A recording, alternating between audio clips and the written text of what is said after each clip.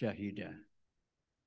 Asyhadu an la ilaha illallah wahdahu la syarikalah wa asyhadu anna Muhammadan abduhu wa rasuluh la nabiyya ba'dah. Allahumma shalli wa sallim khatamal anbiya'i wal mursalin Muhammadin wa ala alihi wa ashabihi ajma'in. Amma ba'du. Kang Mas Mbak Yu Dimas Jajeng rahimakumullah.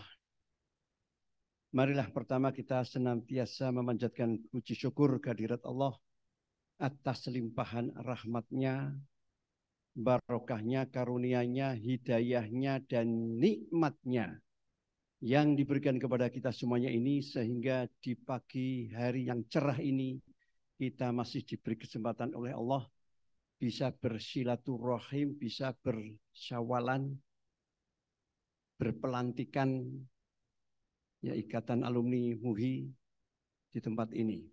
Artinya yang hadir di sini tentu masih dijaga keimanan dan keislamannya oleh Allah, tentu masih mendapatkan hidayah dari Allah, dan saya hakul yakin yang hadir di sini tentu dalam kondisi yang sehat walafiat.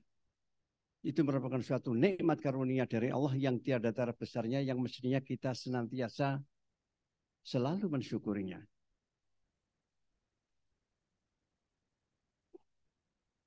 Saya menyebutkan para jamaah saja karena ini pengajian ya. Sekarang lebih mudah, bahkan saya terus mikir, Kang Mas Mbak Yu, apa itu kan saya harus mikir.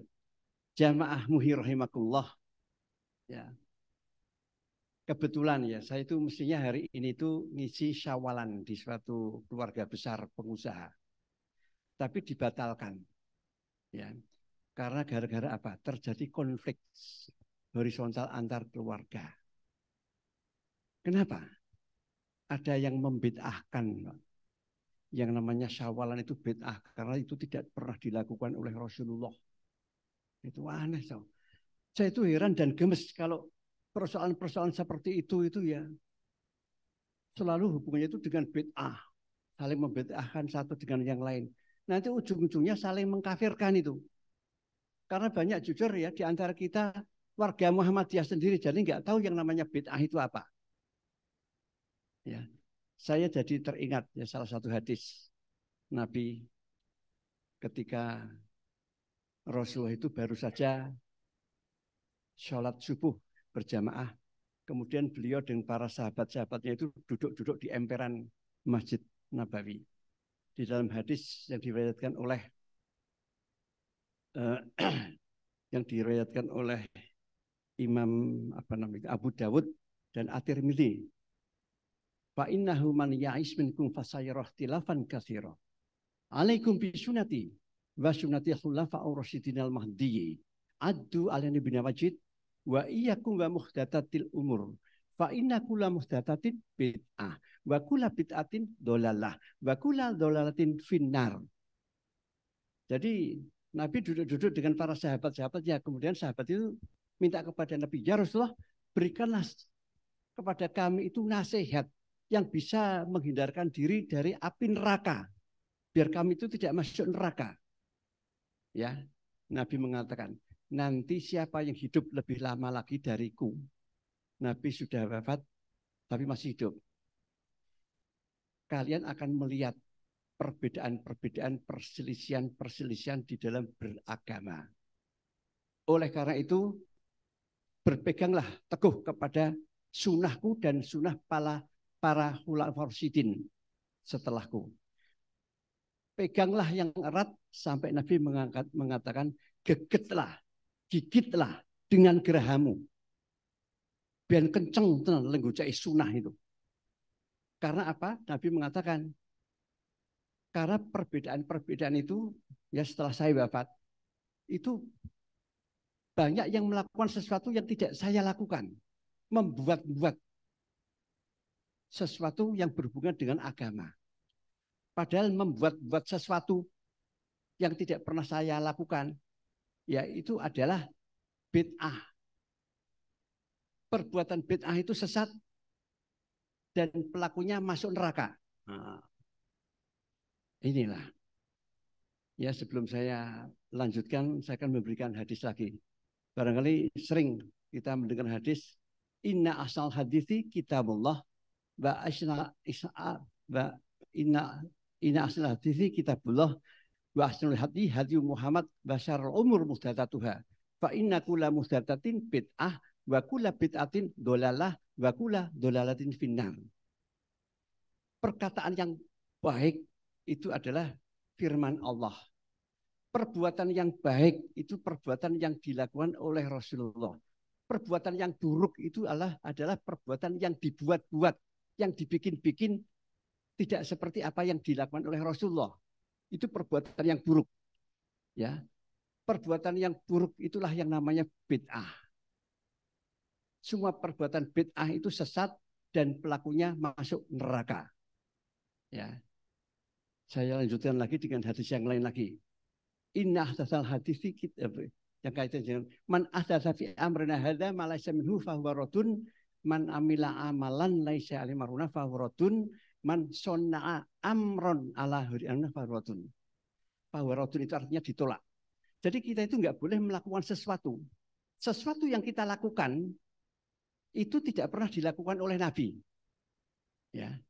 Pasti ditolak oleh Allah. Kita tidak boleh melakukan sesuatu atau membuat-buat sesuatu yang kita perbuat itu belum pernah diperbuat oleh Nabi, ditolak oleh Allah. Itulah yang namanya bid'ah. Ya, jadi yang menjadi pertanyaan, sesuatu itu apa yang dimaksud sesuatu yang hubungannya dengan bid'ah itu yang seperti apa? Ini yang menjadikan persoalan. Sebelum saya lanjutkan, saya teringat hadis riwayat Imam Muslim.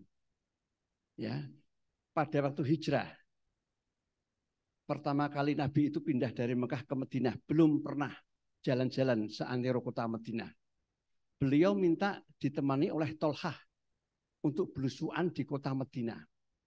Ketika jalan-jalan dengan Tolhah, beliau masuk di suatu jalan, ya, di kiri kanannya itu perkebunan kurma. Kemudian Nabi heran, kok banyak orang-orang dewasa itu pada manjat pohon kurma. Kalau di Mekah yang sering dilihat sing do penekan itu anak-anak kecil. Di Madinah itu orang-orang dewasa do penekan pohon kurma. Nabi bertanya kepada Tolhah, ngapain mereka? Tolhah menjawab, mereka sedang mengkawinkan putik bunga kurma, putik biji kurma dikawinkan satu dengan yang lain untuk mendapatkan hasil yang bagus, hasil yang unggul. Pikiran Nabi, pendapat Nabi, karena di Mekah tidak pernah lihat seperti itu. Itu kan kurang kerjaan. Pohon kawin buat dinengkewe kan kawin sendiri, nggak usah dibantu dengan manusia. Ya, itu sesuatu yang luar biasa loh. Peradaban di Madinah tahun 700 Masehi itu sudah mengenal yang namanya rekayasa di dalam pertanian, teknologi pertanian itu artinya. Itu kan suatu luar biasa. Ya. Kemudian Nabi mengatakan itu kan tidak bermanfaat. Yang di atas pohon Nabi mengatakan tidak bermanfaat. Pada turun semuanya, turun semua. Tolhah bilang sama Nabi, ya Rasulullah, mereka pada turun karena panjenengan mengatakan tidak bermanfaat. Diparani sama Nabi. Ya saudara-saudaraku, kenapa kok pada turun dari pohon? Tadi kan di atas pohon. Serentak menjawab, katanya tidak bermanfaat. Coba apa kata Nabi? Menarik sekali. In kana dzalika falyasnau fa ini innama donantu donan fala tu'ahidu bidoni walakin idza hadastukum anillahi syai'an fahudzu bihi. Tidak bermanfaat itu kan menurut saya. Kalau menurut panjenengan bermanfaat, silakan terus. Ketahuilah apa yang saya katakan atas dasar wahyu, ya, persoalan agama, ikuti. Tapi apa yang saya katakan hanya atas dasar ro'yu itu pikiran Nabi atau pendapatku. Gak apa-apa, kamu gak usah mengikuti. Makanya Nabi mengatakan, idza amartukum bisya'in min amri dinikum fatabi'uni wa idza amartukum bisya'in min umri dunyakum fa antum a'lamu bihi. Kalau saya berbicara persoalan agama, karena agama itu atas dasar wahyu, ikuti, gak usah ngeyel. Tapi kalau saya berbicara persoalan dunia, antum a'lamu bi umuri dunyakum. kamu lebih tahu masalah dunia, bukan ya daripadaku. Sebelum saya melanjutkan lagi, ada ilustrasi menarik. Ketika saya khutbah Jumat di salah satu masjid di Banda Aceh, ya, saya duduk-duduk di ruang takmir masjid, sedang berbincang-bincang. Masuklah seorang ustadz, pakai gamis, pakai surban putih, ya, jenggot panjang, masuk. Assalamualaikum. Waalaikumsalam. Kemudian ustadz itu sebelum duduk mengatakan, seandainya Rasulullah itu masuk di ruangan ini, Rasulullah itu masih hidup dan masuk di ruangan ini, semuanya diusir, kecuali saya. Karena saya itu berpegang kepada sunnah dengan kencang, dengan erat.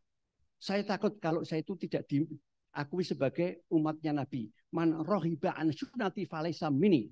Saya takut kalau tidak diakui sebagai umat Nabi. Makanya saya selalu berpegang kepada sunnah kencang. Apapun yang dilakukan oleh Rasulullah, saya kerjakan. Tidak seperti kalian. Wah, nuduki seperti itu. Ya. Terus saya tanya, maaf Pak, yang disaku itu apa Pak? Oh, ini HP. Bapak tidak berpegang kepada sunnah.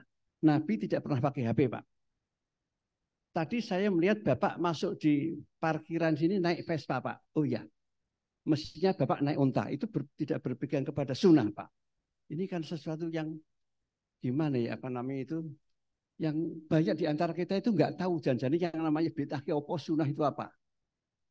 Lagi saya jagung manten di Geraha Sabah UGM.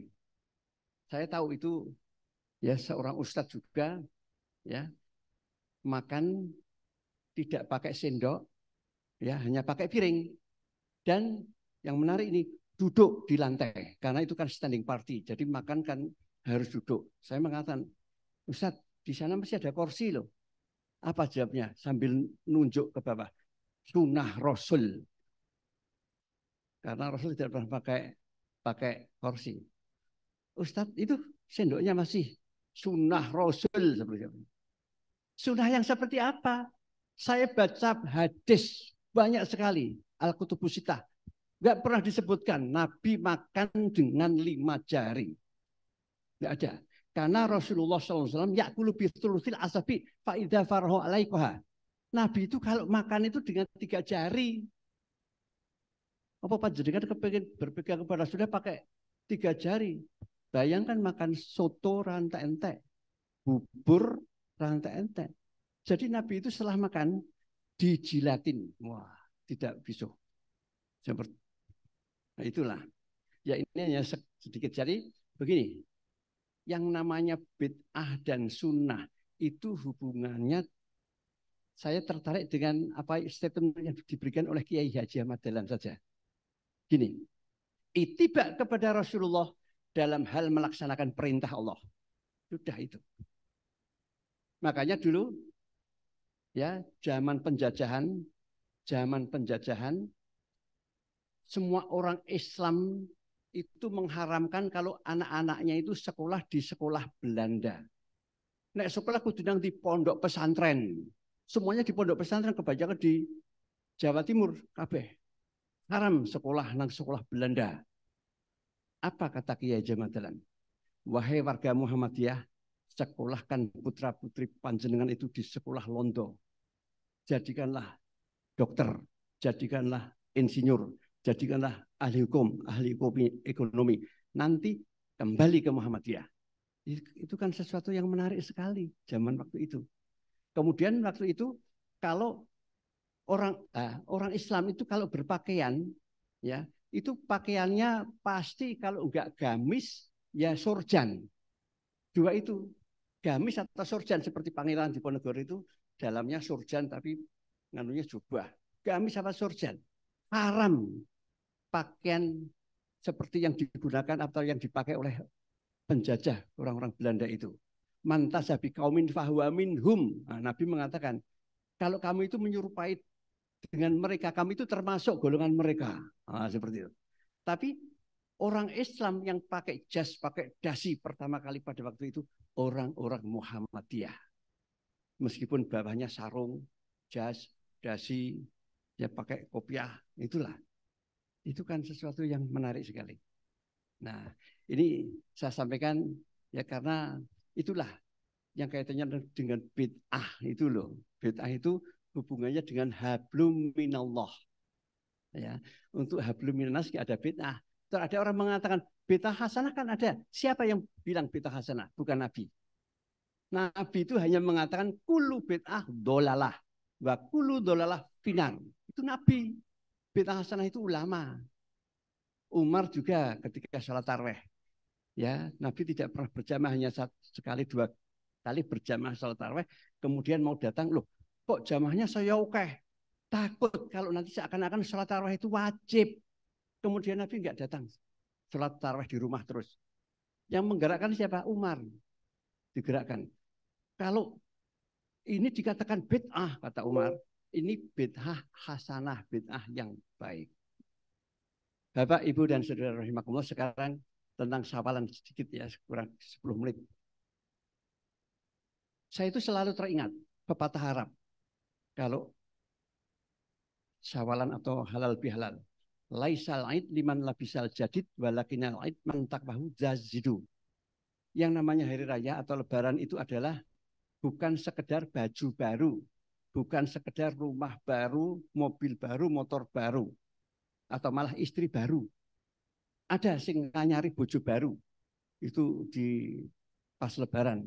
Ya. Tapi lebaran itu adalah peningkatan dari ketakwaan kita. Kalau dikatakan yang baru apa? Yang baru itu amalannya, amalan kita. Amalan kita dulu sebelum bulan suci Ramadan tidak pernah kita amalkan. Ya, setelah bulan suci Ramadan kita amalkan. Itu amalan-amalan yang baru. Ya, sebagai contoh membaca Al-Quran. Ya, kita belas tidak pernah membaca Al-Quran. Di dalam bulan suci Ramadan kita membiasakan diri dengan membaca Al-Quran. Ya, tadarus. Meskipun maaf ini pernah saya kritisi persoalan tadarus itu loh, darusan. Sebenarnya mereka itu tidak darusan, mocok gentenan. Tadarus itu mestinya mempelajari artinya. Dan sekarang kan tidak terjadi paradigma, terjadi sesuatu yang beda dengan orang dulu. Ya, dulu orang termasuk Kiai Haji Madalan loh. Quran ki orang yang diwaca. Quran ki dikaji. Mulane istilah iki ngaji. Sunan Kalijogo juga seperti, ayo ngaji. Nek mbah saya dulu, ayo ndres. Darusan itu, ndres sih mempelajari orang yang moco. Apalagi sekarang kan banyak gerakan one day one just, ini ora do ngartine. Gitu. Saya pernah menjadi narasumber seminar di UIN Malang. Kok mendadak Pak Rektornya itu nyinggung Muhammadiyah. Lah nyinggung gini, wah mahasiswa UIN di sini itu banyak sekali yang dari NU, banyak yang dari Muhammadiyah. Ada cirinya yang dari Muhammadiyah ki apalane sithik. Ya. Apalane sithik wong Muhammadiyah itu. Beda karo sing NU, beda karo itu banyak-banyak. Nah, saya pas bla bla bla memberikan narasumber tak singgung karena tadi Pak Rektor bilang begitu, saya mengatakan, maaf Pak, Muhammadiyah itu bukan gerakan menghafalkan Quran Pak, tapi Muhammadiyah itu gerakan mengamalkan Quran. Quran itu diamalkan, membumikan Quran, tidak hanya sekedar dibaca, tidak hanya sekedar dihafalkan, tapi yang lebih penting ya diapakan, diamalkan, karena Quran itu firman Allah. Firman Allah itu, sekarang kalau saya tanya, firman Allah itu pantasnya diapakan? Dibaca, bukan. Ya, kalau buku dibaca. Firman Allah itu pantasnya ya diamalke. Apa yang diperintahkan oleh Allah dilaksanakan sami'na wa ata'na. Yang dilarang oleh Allah ditinggalkan. Makanya Nabi mengatakan di dalam salah satu hadis riwayat Imam Al-Dalami, ini sering disampaikan oleh Kiai Haji Madalan. Saya tilakum zamanu la yaqulil Qur'ani illa rasmahu wala minal islami illa ismuhu. Yastasimu nabi wa huwa badalasi minhu. Masajidhum amiratun gharbun minal huda. Fuqaha dzalika zaman syarun fakhatatadir sama minhum kharajatil fitnah wa ilahim yaud. Quran itu kalau diwaca tok, mengkari tulisan. Mengkari tulisan padha wae buku. Padahal Quran itu firman Allah. Itu diamalkan, dilaksanakan, dikerjakan, sami'na wa ata'na, seperti itu. Nek Quran kari tulisan, Islam kari jeneng. Islam tinggal nama. Yastasimu nabi minhu. Ya. Orang-orang teriak, saya Muslim, saya Islam. Tapi yang dilakukan, yang diamalkan sangat jauh dari ajaran Islam yang benar. Karena apa? Karena tidak tahu, tidak memaknai tentang Quran. Quran hanya dibaca, dihafalkan. Nah itulah. Kemudian masa jitu ma'amiratun harubun minal huda. Masjid-masjid kelihatannya, wah, makmur, jamaahnya oke banget. Tapi kata Nabi, justru masjidnya kering dengan ajaran-ajaran dari hidayah. Karena apa? Karena ustadz-ustadznya itu hafal Quran tapi tidak paham Quran. Sehingga ustadz-ustadznya itu di dalam apa namanya itu mengisi pengajian di sana itu antara ustadz satu dengan ustadz yang lain itu beda-beda karena pada orang pahami kabeh Quran. Fuqaha dzalika zaman syarrun faqtadilu sama minhum kharajatil fitnah wa ilham ya'ud. Nabi ini mengatakan makhluk yang paling buruk di zaman itu nanti ulama, kata Nabi. Ulama se'le ngisi pengajian karena tidak paham Quran, terus hanya mengedepankan akalnya, pikirannya sendiri. Sehingga membingungkan umat. Sehingga menjadikan umat itu saling berselisih satu dengan yang lain. Saling terjadi perpecahan antar umat. Itu gara-gara ya ulama tadi itu. Yang tidak paham Quran tapi memberikan pengajian. Bapak, Ibu, dan saudara rahimakumullah. Nah, oleh karena itu marilah kita tingkatkan ketakwaan kita. Takwa itu adalah taat, patuh ya untuk kepada perintah Allah. Kepada Rasulnya. Itulah yang namanya taat, yang namanya takwa. Makanya kalau kita ini benar-benar menjadi orang yang bertakwa itu mendapatkan fasilitas yang luar biasa loh dari Allah. Wa man yattaqillaha yaj'al lahu makhraja wa yarzuqhu min haitsu la yahtasib. Ya, ini di dalam surat At-Talaq 2 dan 3. Kalau kita ini bertakwa kepada Allah, niscaya kalau kita ini mempunyai masalah-masalah yang bundet, yang ruwetnya luar biasa, Allah akan memberikan makhraja. Makhraja itu jalan keluar atau pintu keluar yang mudah ya untuk menyelesaikan masalah kita. Bayar zuhu min haitsu la yahtasib, dan Allah akan memberikan rezeki yang tak disangka-sangka, tak diduga-duga. Oleh karena itu marilah kita tingkatkan ketakwaan kita. Barangkali ini yang bisa saya sampaikan, mudah-mudahan bermanfaat bagi kita semuanya. Billahi taufiq wal hidayah. Assalamualaikum warahmatullahi wabarakatuh. Waalaikumsalam warahmatullahi wabarakatuh. Terima kasih Kang Mas Insinyur Munihi B. Idris, MRCIAI. Kang Mas Bayu, Dimas dan Diajeng, masih semangat? Kita mau bagi-bagi hadiah nih, door prize. Tapi kita dengarkan dulu satu lagu sambil panitia mempersiapkan door prize. Saat ini Mbak Yu Suci akan menghadirkan sebuah lagu. Monggo Mbak Suci.